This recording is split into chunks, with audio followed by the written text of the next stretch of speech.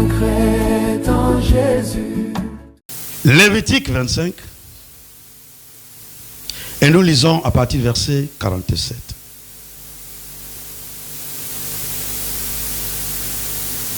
Lévitique 25 à partir du verset 47.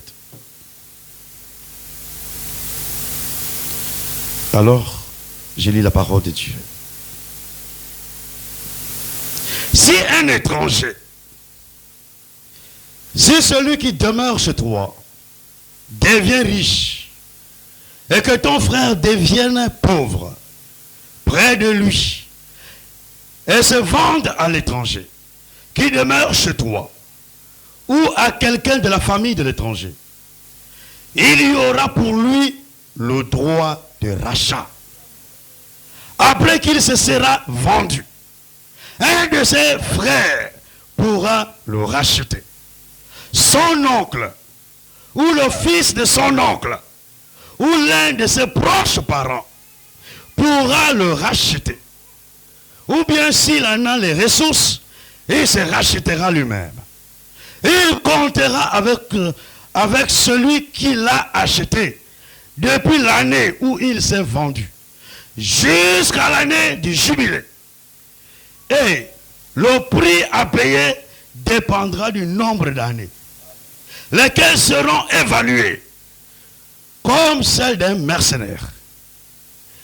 S'il y a encore beaucoup d'années, il paiera son rachat à raison du prix de ces années et pour lequel il a été acheté. S'il reste peu d'années jusqu'à celle du jubilé, il en fera le compte et il paiera son rachat à raison de ces années. Il sera comme un mercenaire à l'année.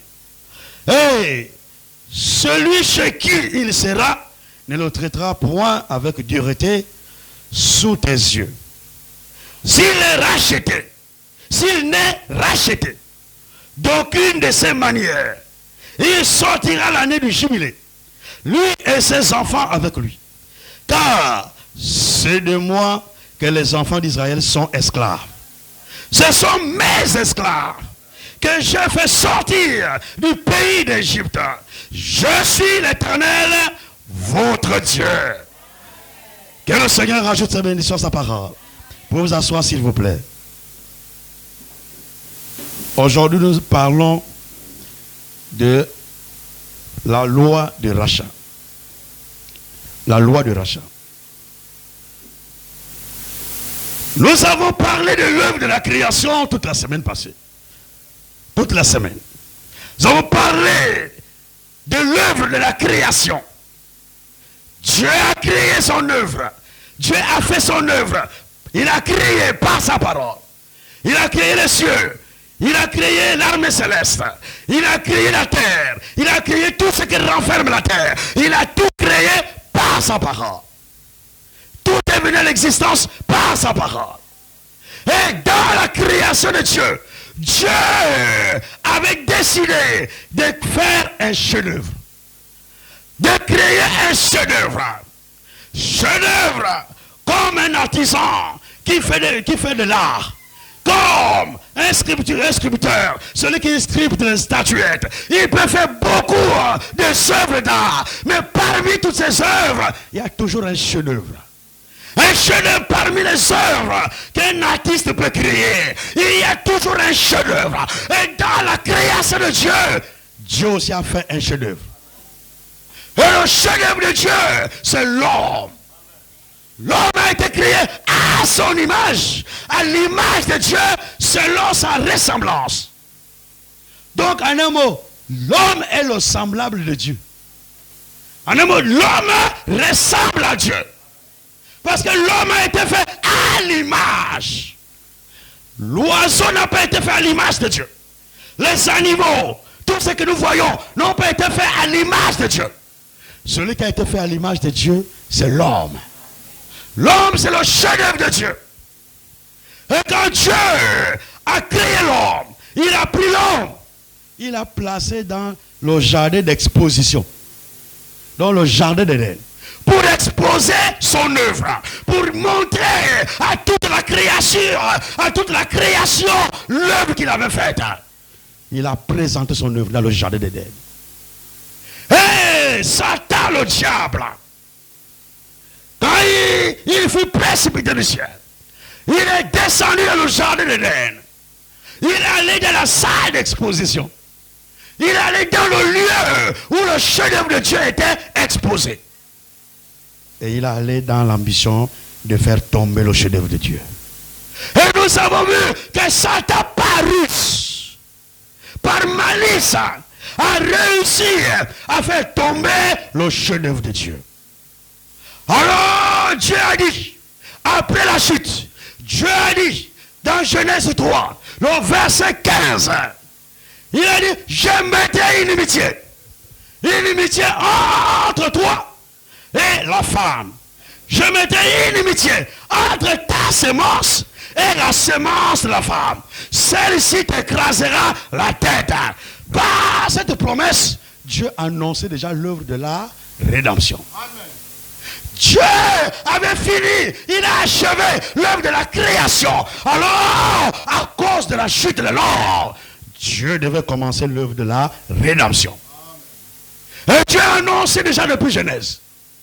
Et la semence viendra de là. La semence sera donnée à la femme. Parce que la femme n'a pas de semence. La semence, Dieu lui-même donnera la semence à la femme.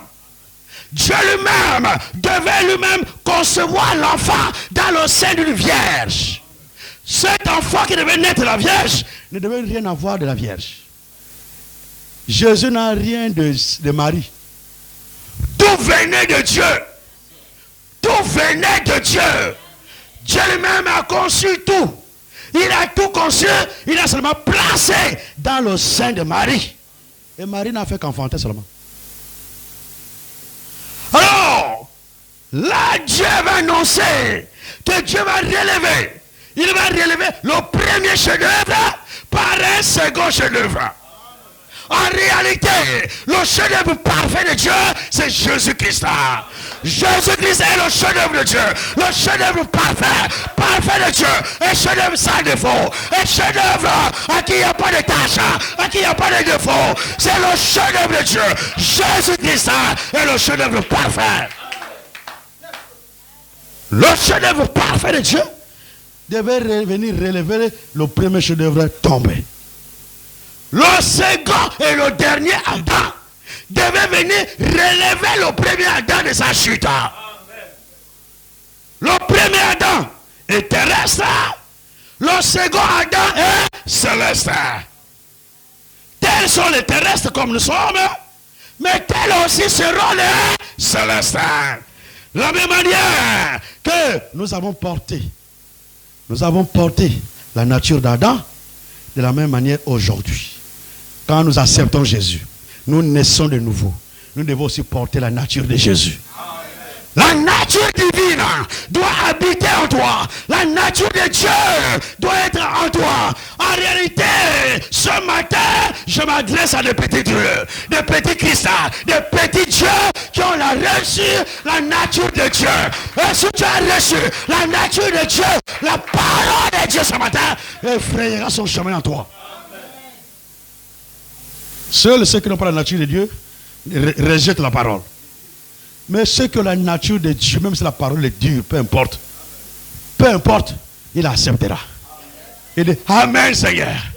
Et tu diras comme Marie, qu'il me soit fait selon ta parole. Pas selon mes pensées, pas selon ma manière de voir, mais selon ta parole. Dieu a annoncé la venue d'un chef-d'œuvre parfait. Un chef-d'œuvre tissé par Dieu lui-même. Un chef-d'œuvre tissé par la parole. Un chef-d'œuvre parfait qui devait venir relever le premier chef-d'œuvre qui était tombé. Alors, pour relever le premier chef-d'œuvre qui était tombé, Dieu aussi a des lois. Il y a une loi de rachat. Tu veux venir racheter l'homme tombé, il y a une loi qu'il faut aussi obéir. Vous savez, Dieu est le premier à se soumettre à sa propre parole. Oui. Dieu n'est pas comme les autres qui imposent aux gens de vivre quelque chose que lui-même ne vit pas. Non. la Bible dit, la parole de Dieu est éprouvée. Dieu est le premier à éprouver sa propre parole. Dieu est le premier à vivre sa propre parole. Dieu est le premier à se soumettre à sa propre parole. Il y a une loi. Loi de rachat. Lévitique 25. Tu veux venir racheter? Eh bien, il faut passer par la loi. La loi de rachat. Et la loi de rachat concernait en même temps la terre et en même temps concernait les hommes. Vous savez que quand l'homme est tombé, toute la nature a été bouleversée. Toute la nature bouleversée. Tout a été bouleversé. La nature s'est même retournée contre Adam. Tout a été bouleversé. Alors, la loi du rachat concernait pas seulement les hommes. La loi du rachat concernait et la terre et les hommes. Oui. C'est cela la loi du rachat. Et notre Dieu devait venir racheter ce qui était tombé. Alors, nous remontons un peu plus haut, toujours dans Lévitique 25. Lévitique 25, nous allons un peu plus haut. À partir du verset 8.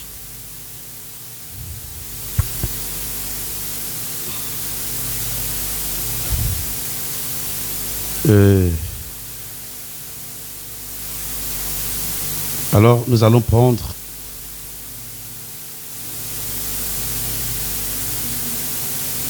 on va d'abord laisser le verset 8. On va prendre ça, le verset 8 après. On reste toujours dans le Lévitique 25. Mais à partir du verset 24.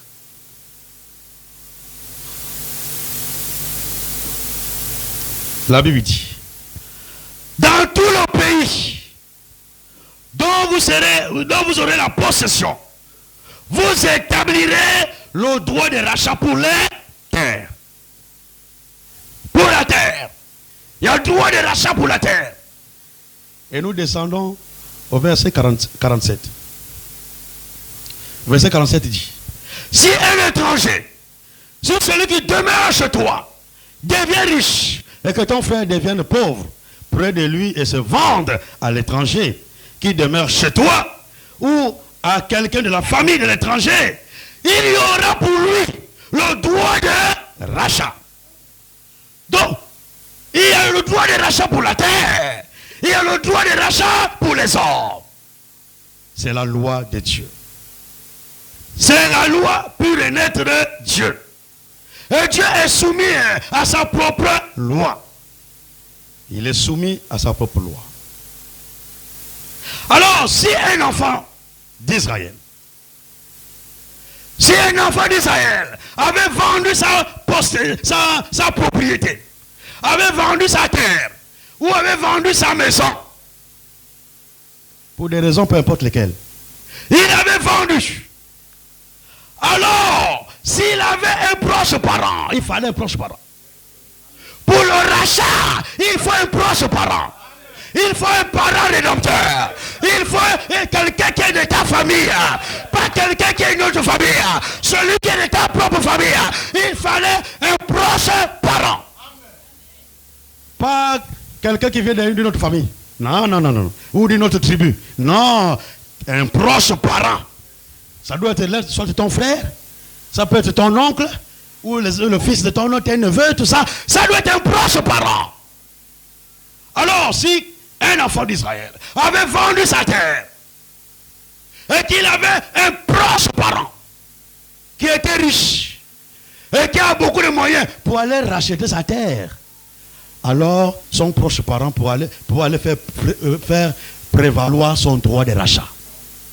Il pouvait aller pour racheter ce qui a été vendu. Et cela revenait dans la famille. Ça doit revenir dans la famille.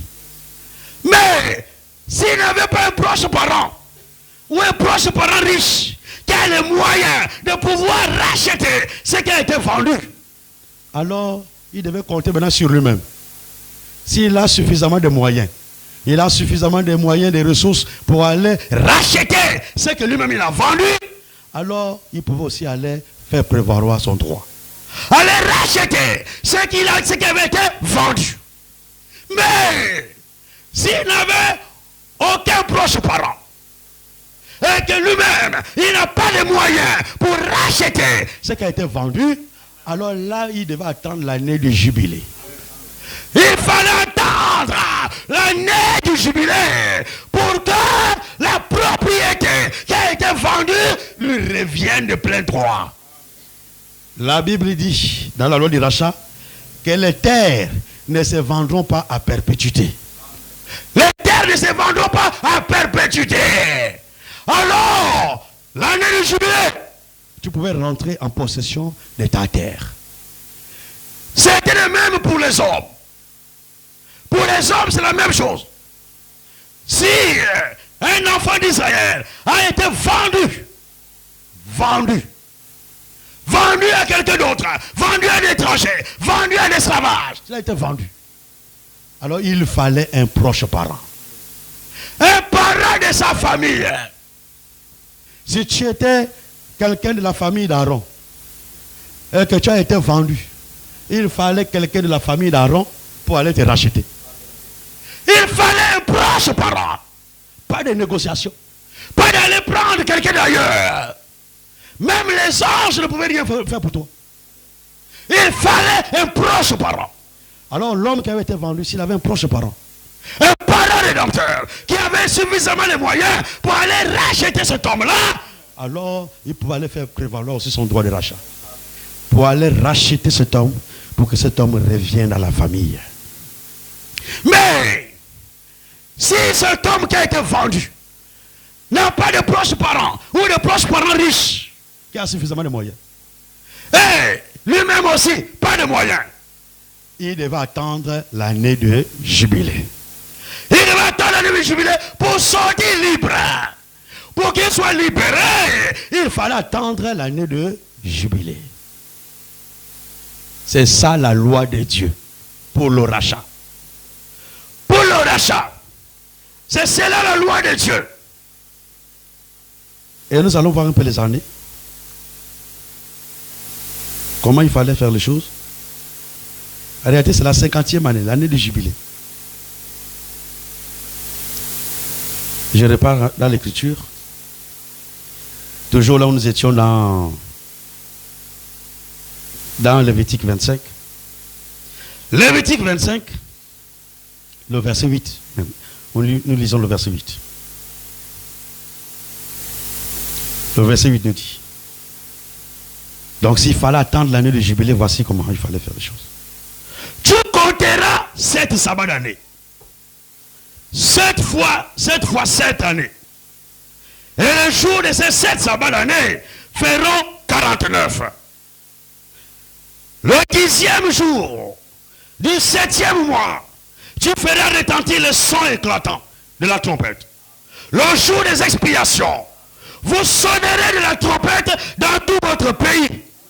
Et vous sanctifierez la 50e année. Vous publierez la liberté dans le pays pour tous ses habitants. Ce sera pour vous le jubilé. Chacun de vous retournera dans sa propriété. Et chacun de vous retournera dans sa famille.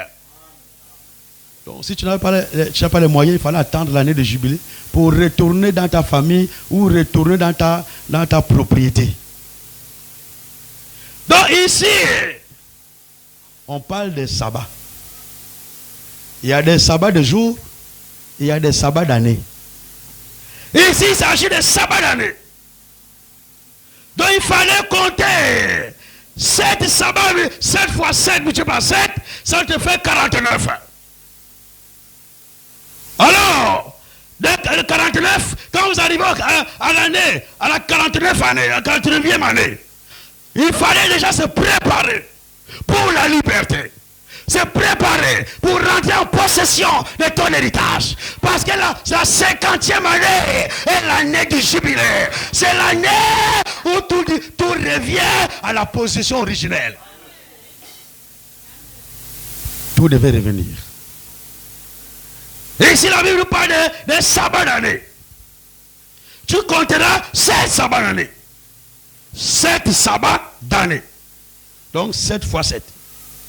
7 fois 7 années, et cela nous donne 49. 49. Et la 50e année, c'est l'année du jubilé. C'est l'année où tout revient à la position originelle. C'est l'année de la liberté.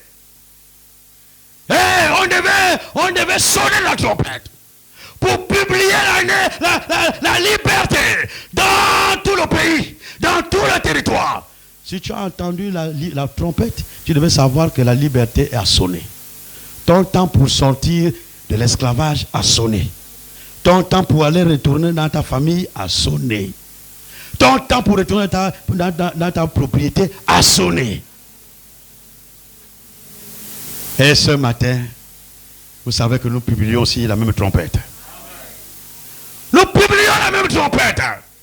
La trompette de l'évangile. Et la trompette est en train de sonner dans la salle en ce moment. Pour vous dire que vous avez aussi expérimenté l'année du jubilé. Le jubilé. Notre Dieu, le chef-d'œuvre parfait qui devait venir relever le chef-d'œuvre qui était tombé, devait passer par cette loi. Alors Dieu au ciel, il est esprit. En tant qu'esprit, il ne pouvait pas mourir pour toi. Il ne pouvait pas mourir pour moi. Il fallait que le Dieu du ciel soit notre proche parent. Le proche parent, c'est quelqu'un qui est comme toi. C'est quelqu'un qui est ta nature, qui est ton corps là. Il fallait que Dieu devienne un homme pour qu'il soit un proche parent de l'homme. Il fallait qu'il devienne un homme pour venir te sauver, pour venir me sauver. Il fallait que Dieu devienne un homme. Pourquoi? Parce qu'il n'y avait personne pour te sauver. Il n'y avait personne. Dieu réclamait qui peut, personne. Et même quand Jean a vu cela, par vision, dans l'île de Patmos, quand Jean voit la vision, qui est digne? Personne n'était digne. Personne n'était digne. Aucun de tes parents naturels n'était digne. Ton père et ta mère n'étaient pas dignes. Même les prophètes n'étaient pas dignes. Les pasteurs n'étaient pas dignes. Les évangélistes, les docteurs n'étaient pas. Personne n'était digne. Dieu a dit moi-même, je viendrai relever de la chute. Oh, la descendance d'Adam. Je viendrai relever mon premier chef-d'œuvre. Je viendrai vous relever de la chute d'Adam. Et Dieu a décidé de devenir ton proche parent. Dieu est notre parent rédempteur. C'est ton parent rédempteur. Et le prix qui était réclamé, le prix là, aucun homme ne pouvait le payer. Ce n'était pas un prix d'argent. Si c'était l'argent encore, on peut aller chercher l'argent. Mais ce n'était pas un prix d'argent. Il fallait un sang parfait. Un sang sans péché. Un sang qui n'avait jamais péché. Un homme qui n'avait jamais péché. Vous avez trouvé un tel homme sur la terre où? Qui n'a jamais péché. Nous sommes tous des pécheurs. Tous. C'est pourquoi il ne faut jamais condamner les autres. Il ne faut jamais condamner ton frère. Il faut jamais, peu importe comment tu as vu la situation dans laquelle tu as vu le frère ou la soeur, ne condamne pas ton frère. Toi tu condamnes.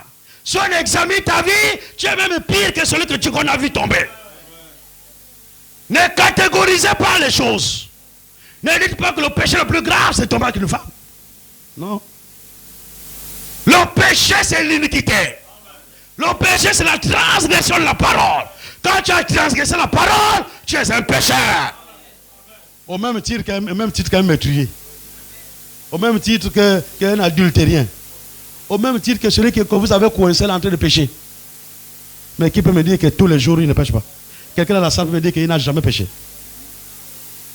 Mais si nous n'avons jamais péché, pourquoi condamner les autres? N'ayons pas cette pensée de toujours condamner les autres. Et toi-même qui condamnes là, est-ce que tu connais déjà la fin de ta marche? Ah. Il y a encore beaucoup de chemins à parcourir. Hein? Tu étais mort de celui qui est en train de se noyer.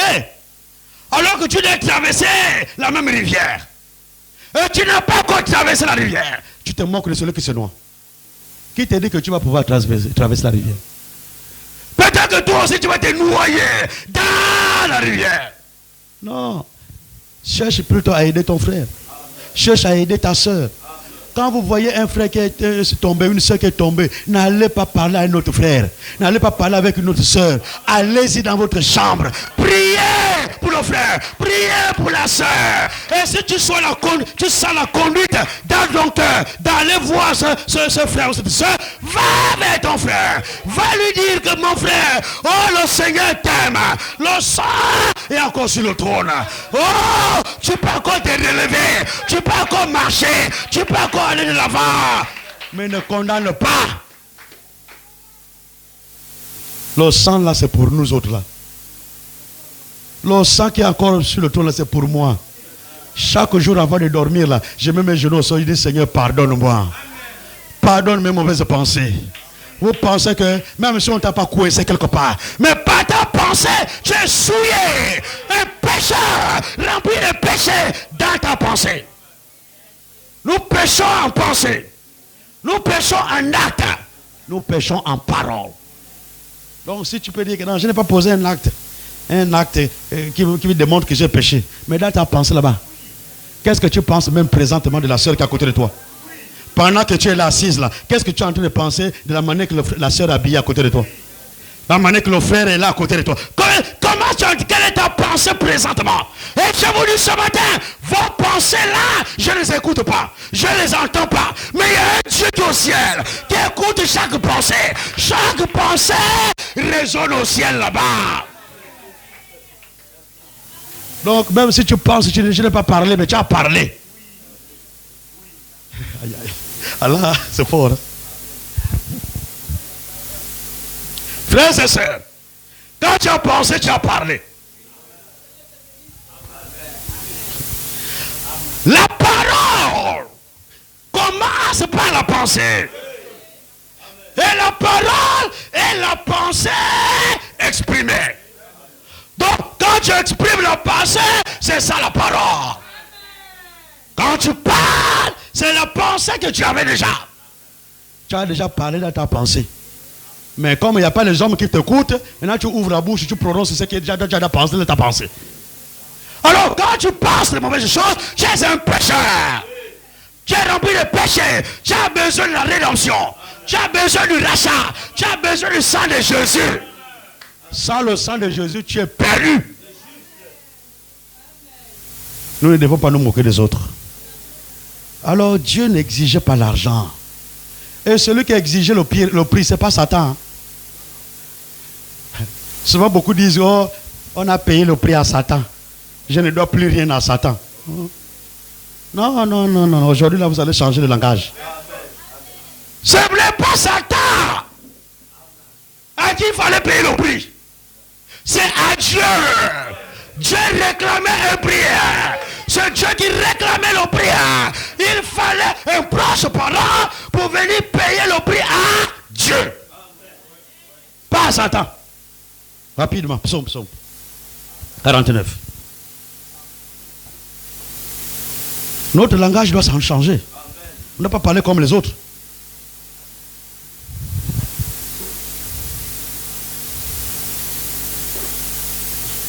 Psaume 49.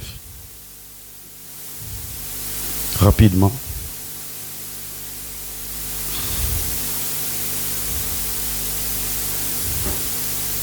Oh, notre Dieu est merveilleux.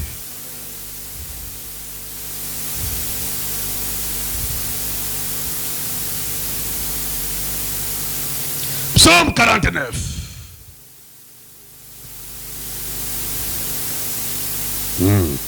C'est cela. À partir du verset 6. Pourquoi craindrais-je au jour du malheur, lorsque l'iniquité de mes adversaires m'enveloppe? Ils ont confiance en leur bien Ils se glorifient de leur grande richesse. Ils ne peuvent se racheter l'un à l'autre. Ils ne peuvent se racheter l'un l'autre. Ni donner à Dieu le prix du rachat. Le prix du rachat, ce n'est pas Satan. Le prix du rachat, il fallait le donner à Dieu. C'est Dieu qui exigeait un prix. Et ce prix-là, c'est un sang parfait. Esaïe dit, c'est gratuitement que vous avez été vendu. Gratuitement. Que vous avez été vendu. Mais ce n'est pas à prix d'argent que vous serez racheté. Parce que vous avez été vendu au péché. Nous avons été vendus par Adam au péché. C'est le péché qui nous domine. Et comme dans le péché, c'est Satan qui agit, alors Satan nous domine. Mais nous avons été vendus au péché.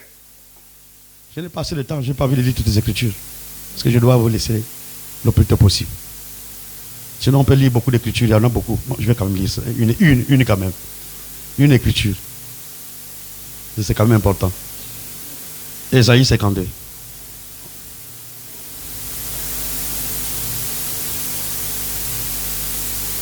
Ésaïe 52.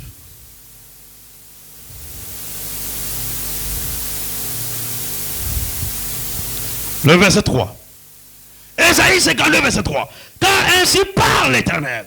C'est gratuitement que vous avez été vendus. Gratuitement.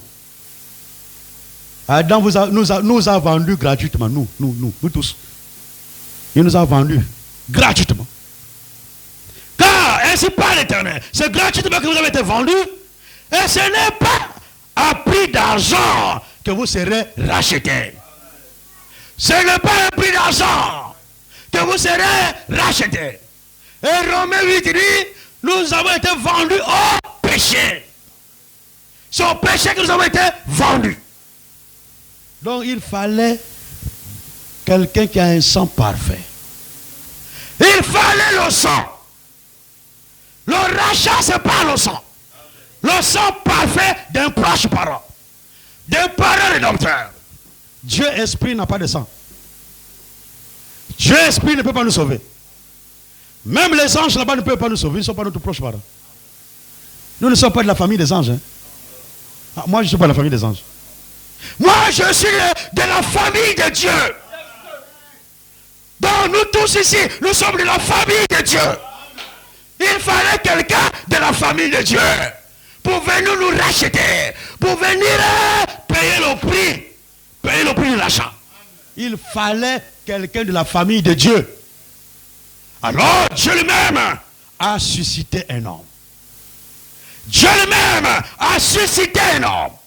Dieu a tant aimé le monde qu'il a donné son Fils unique, afin que quiconque croit en lui ne périsse point, mais qu'il ait la vie éternelle. Alors, Dieu a décidé de prendre un corps d'homme. Dieu a décidé d'être semblable à l'homme. Alors Dieu est venu comme un homme dans le corps qu'on appelle Jésus. Jésus, c'est Dieu dans le corps d'homme. Jésus, c'est Dieu dans la chair humaine. Quand on dit Dieu dans la chair humaine, il n'y a que Jésus seulement. Jésus seulement. Il n'y a pas un prophète à qui on peut dire Dieu dans la chair. Dieu dans la chair, c'est la plénitude de l'esprit dans un homme corporel. Nous ne recevons qu'une portion de l'esprit. Le prophète a une portion, le pasteur a une portion, les fidèles une portion. Tous, chacun une portion, une portion. Mais Jésus n'avait pas une portion. Il n'avait pas une portion de l'esprit. Jésus avait la plénitude de l'esprit. Tout l'esprit habitait corporellement dans Jésus. Alors quand Jésus vient, il devient quand on le regarde, c'est un proche parent de l'homme. De l'homme. On pouvait le toucher, il pouvait parler comme toi. Il pouvait parler comme moi. Le proche parent de l'homme. Le parent rédempteur. Alors Jésus dit, moi je peux payer le prix. Amen. Les prophètes ne peuvent pas payer le prix. Ce n'est pas un homme qui t'a sauvé. N'adorez pas les hommes. N'adorez pas le pasteur. N'adorez pas le prophète. Mais adorez Jésus-Christ. Oh! N'élevez pas un homme. N'élevez pas un prédicateur. N'élevez pas le prêtre Michael. Ne chantez même pas pour moi. Le jour que je vais entendre quelqu'un chanter mon nom ici, là, je vais le fermer la bouche. Vous devez adorer Jésus. Chanter pour Jésus. Louer Jésus. Prêcher Jésus. Adorer Jésus. Prier Jésus. Tout c'est Jésus. L'homme n'a pas sa place. L'homme n'est qu'un instrument. Un instrument que Dieu utilise pour la gloire de Dieu. Dieu n'utilise pas l'homme pour la gloire de l'homme. Dieu utilise l'homme pour la gloire de Dieu. Donc là, vous voyez là, je suis en train de transpirer, souffrir là. C'est pour la gloire de Dieu. C'est pas pour ma propre gloire. C'est pour la gloire de Dieu. Et Dieu présentement est content au ciel. Là, je suis dans la parfaite volonté de Dieu. Vous savez, quand je pars au travail, je ne suis pas dans la parfaite volonté de Dieu. Le travail n'est pas la parfaite volonté de Dieu. Hein. C'est la volonté permissive. C'est la conséquence de la chute. À cause de la chute, maintenant, va travailler. Va travailler. L'homme doit maintenant manger la sueur de son front. Mais ce n'est pas ce que Dieu voulait. Dieu ne voulait même pas que tu te débrouilles. Dieu ne voulait même pas que tu te débrouilles. Dieu ne voulait même pas que tu cherches ton travail. Dieu ne voulait pas que tu fasses les plantations. Dieu ne voulait pas que tu souffres pour manger. Mais Dieu lui-même voulait être ton pourvoyeur. Il voulait être Jéhovah Jireh. Il devait pourvoir pour toi. Il devait pourvoir pour moi. Adam dans le jardin d'Éden, là, quand il veut manger, il dit seulement, c'est le manguier que j'ai mangé le mangue. Manguier, tu es où là? Il n'a même pas besoin de se déplacer. Hein. Il dit au manguier, viens ici. Je vous dis la vérité. C'est le pouvoir que l'homme avait au commencement. L'homme avait la domination sur la nature, la domination sur la terre. Il dit au manguier, viens ici, je vais manger le mangue. Il n'a pas besoin d'aller là-bas. Le manguier se débrouille à se déraciner, là, marche avec les racines. Il marche, je ne sais pas comment il fait, il doit se déplacer. Et s'il ne se déplace pas, il aura des conséquences avec Adam.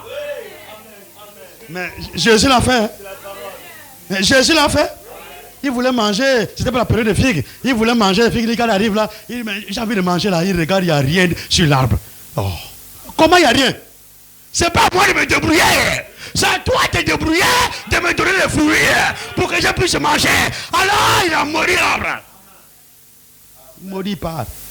Quand les disciples passent là-bas prochainement, ils voient l'arbre a séché.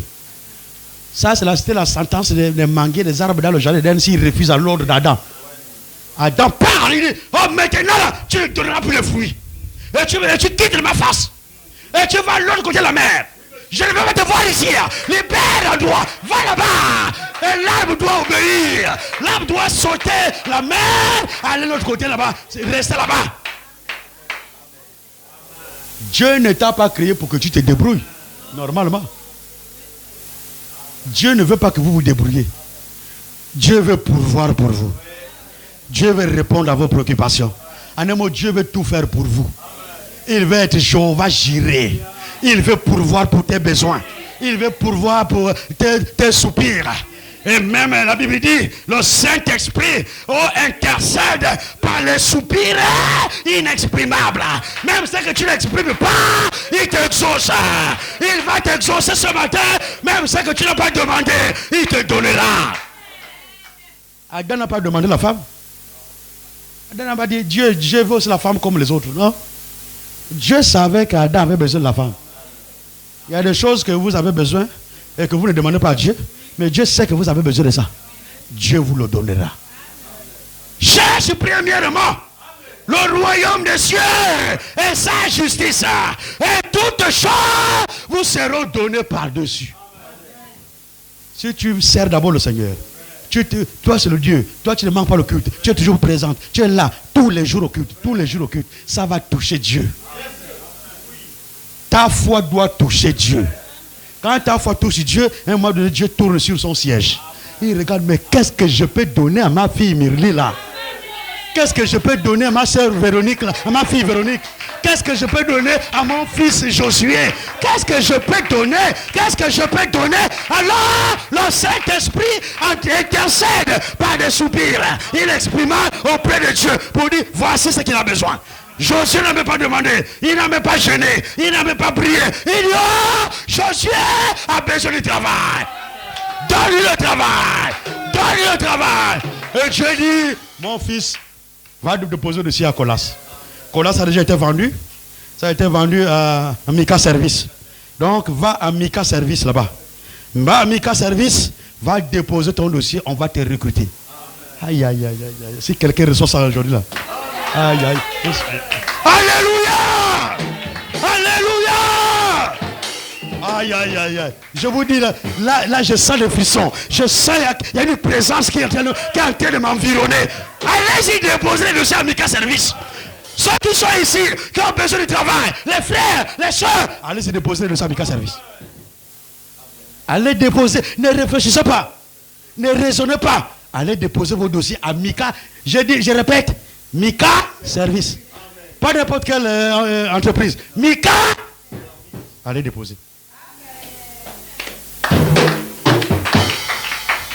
Alléluia. Dieu est devenu notre proche parent en Jésus. Et à Golgotha, deux choses sont passées. Et notre proche parent arrive à Golgotha. Alors, à Golgotha, deux choses sont passées. À Golgotha, Jésus a versé son sang. Première chose, il a payé le prix. Il devait payer le prix à Dieu. Le prix pour ton rachat. Le prix pour mon rachat. Il devait le payer à Dieu. À Golgotha, il a versé son sang. Il a versé pour toi. Tu étais perdu. Tu étais même chassé de ta famille naturelle. Tu n'avais plus personne même pour t'accueillir. Tu étais vraiment perdu dans ce monde.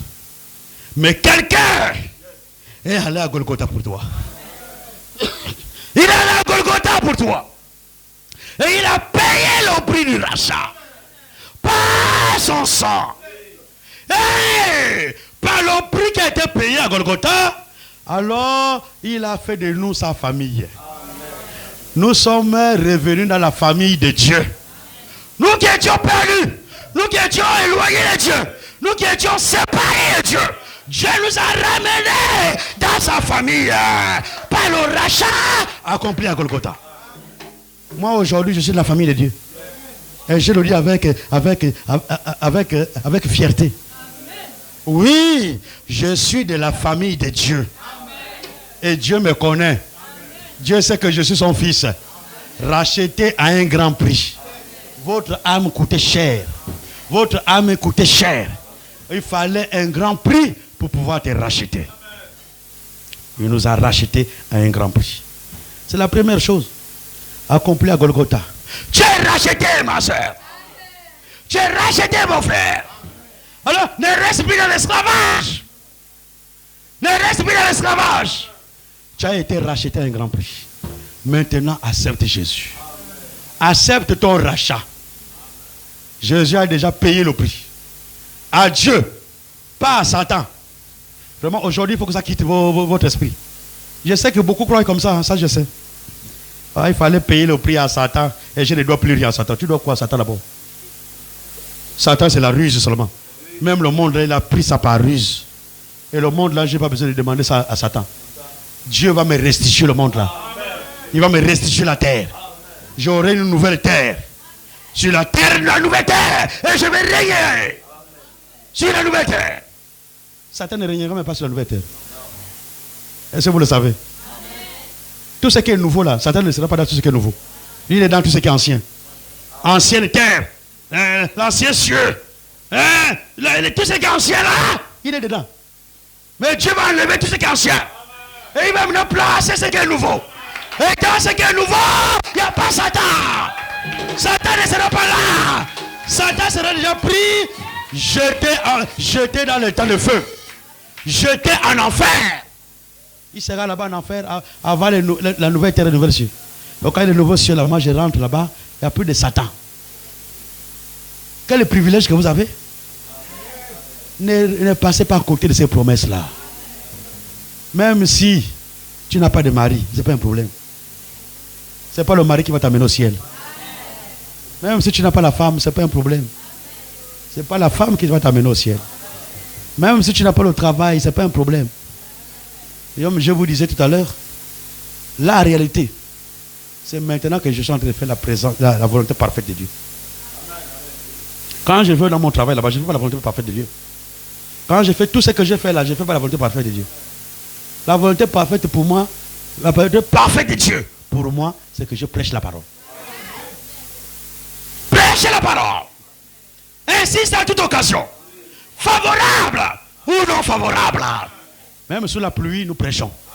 Sous la neige, nous prêchons. Sous le soleil, nous prêchons. Sur la route, nous prêchons. En plein marché, nous prêchons. Partout, nous prêchons.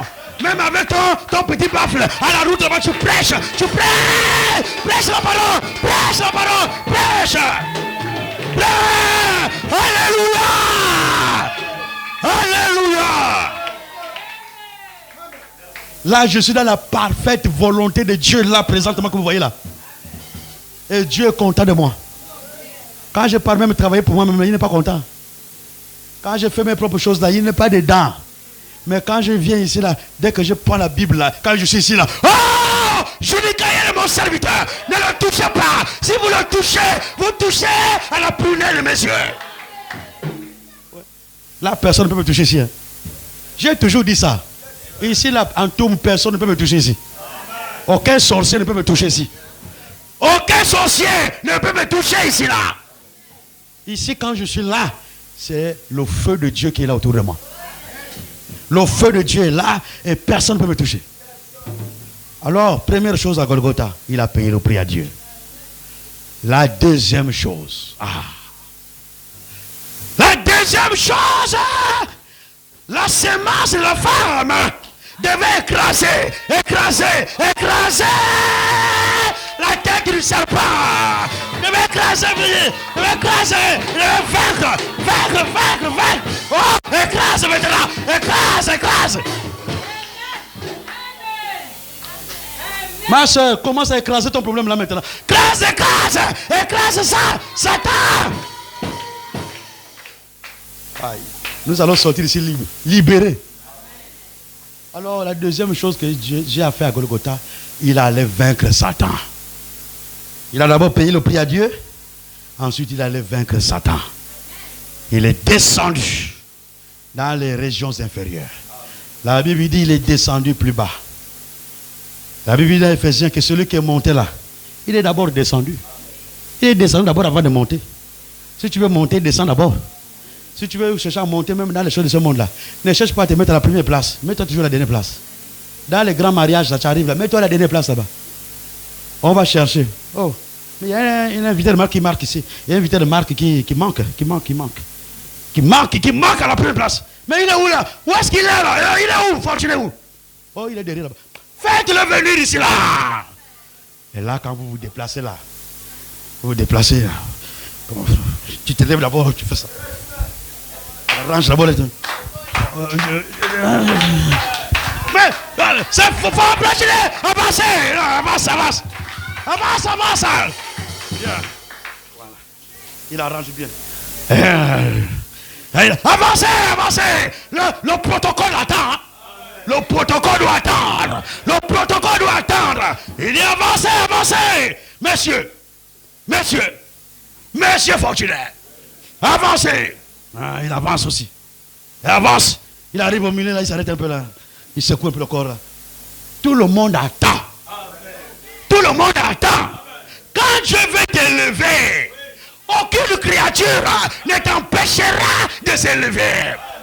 Quand Dieu veut la promotion pour toi, tu arriveras à la promotion. Quand Dieu veut te donner, le désir de ton cœur, Satan ne peut pas bloquer cela. Tu arriveras. Et je vous dis, ça nous allons voir dans la semaine. Nous allons voir l'œuvre que Dieu est en train de commencer avec nous par la rédemption. L'œuvre qu'il commence avec nous par la rédemption, il va l'achever. Nous verrons l'achèvement de l'œuvre de la rédemption. Aujourd'hui, c'est d'abord les bases. Aujourd'hui, ça veut dire que Notre Dieu a accompli la loi de rachat pour toi et moi. C'est déjà accompli. Maintenant, nous devons vivre. Nous devons vivre l'œuvre de la rédemption maintenant en nous. En nous. L'œuvre de la rédemption. Quand vous comprenez l'achèvement là, il ne s'agit pas seulement de l'achèvement de l'église de manière collective. Il y a l'achèvement individuel, il y a l'achèvement collectif. Dieu achèvera son œuvre. Alors notre Dieu, Jésus, après avoir payé le prix, il est descendu. Il a vaincu Satan. Il a écrasé la tête. C'est la promesse de la rédemption. Il a écrasé la tête de Satan. Il a pris les clés de la mort et du séjour de mort. Aujourd'hui, pour que tu meurs, il faut que Jésus lui-même décide d'utiliser les clés. Satan ne peut pas te faire mourir. On peut même te poignarder, te percer, te mettre dans le feu. Si Jésus a dit tu ne mourras pas, tu ne mourras pas. On te met comme Shadrach Abednego, qu'on avait jeté là-bas. On jette dans le feu. Si Dieu a dit tu ne mourras pas, tu ne mourras pas. On peut t'enfermer dans une cuve d'huile. On a bouilli d'huile qu'on a fait pour Jean. On a fait bouillir l'huile là. L'huile est devenue chaude. On prend Jean, on met là-bas, on ferme. Jean ne meurt pas. Quand on ouvre là-bas, Jean brille, même la tenue la brille d'huile. Hein. L'huile brille sur le corps. Rien ne le touche. Rien ne le touche. Notre Dieu tient les clés de la mort et du séjour de mort. Et rien ne peut t'arriver si Dieu le permet. Il a accompli ces deux choses à Golgotha. Il a payé le prix pour toi et il a vaincu Satan. Tout ça c'est pour toi. Il a payé le prix pour toi. Il a vaincu Satan pour toi. Alors aujourd'hui tu es un vainqueur. Aujourd'hui tu es un vainqueur. Aujourd'hui tu dois réclamer la victoire qui a été déjà accomplie à Golgotha. Aujourd'hui tu dois rentrer en possession de ton héritage. Aujourd'hui tu dois récupérer ta propriété. Tu dois reprendre ce que le Satan avait appris. Tu dois récupérer ce qui t'est revenu de plein droit. Que Dieu vous bénisse pour aujourd'hui.